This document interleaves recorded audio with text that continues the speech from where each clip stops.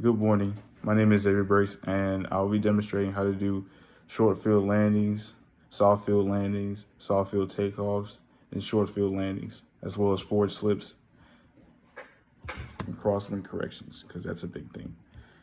This is in the beginning lessons of private pilot flight courses and pretty much around the nation. And, it's really critical because of the fact that you have to take off and land after every flight. So what I would demonstrate to my student is first I would do a soft field takeoff because it's easy.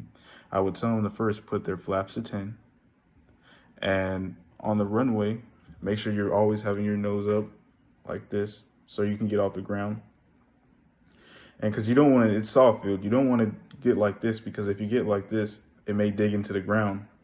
So you got to keep the nose up just to keep it up, to keep that front nose pressure off the ground.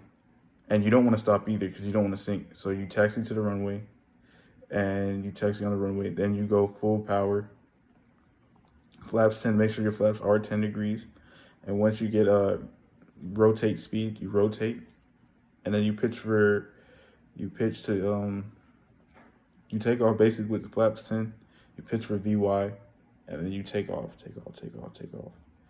And then when you get to a certain altitude, you use you raise your flaps, and once you raise your flaps, you should be good.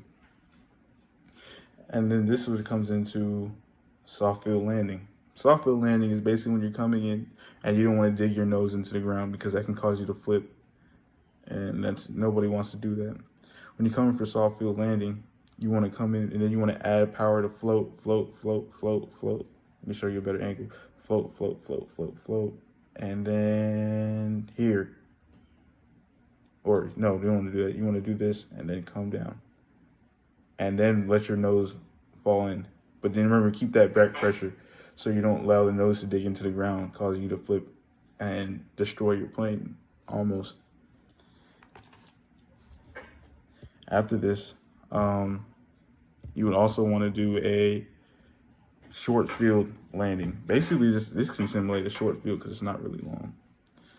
So a short field landing, or let me start with a short field takeoff. Short field takeoff would start with the plane like this. Plane is on there, but you got to get altitude as quickly as possible. So basically, flaps 10 degrees. You hold the parking brake, or you just hold the brake on the runway. You let your airspeed build the green on your airspeed indicator. Once your airspeed builds up the green in 20, almost full RPM, then you will release the brakes as you go. You gain all the power, and you pitch your VX, which is basically 54 in the Cessna, and then Cessna 152. And then you would pitch for VI once you pass the 50-foot angle or 50-foot obstacle. Once you pass the 50-foot obstacle, you can then pitch for VY and then release your flaps to 0 and then climb out. Same thing with landing. What I'm taught is to do when landing, when you're coming for short field landing, you want to flare right before you get to the runway so you can float like this. And then by the time you're done, you lost all your energy, you're able to come down and then apply,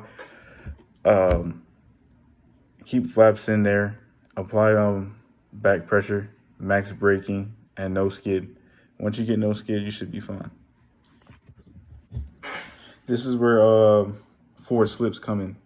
Forward slips is basically if the wind is coming this way or this way directly to me, where my hand is coming, if it's coming this way, you want to go opposite rudder and ailerons into the wind. So you're going like this down, and you're going to see your rate of descent increase tremendously from 500 feet to probably more than 1,000 feet or 1,000 feet. It's only if you're high.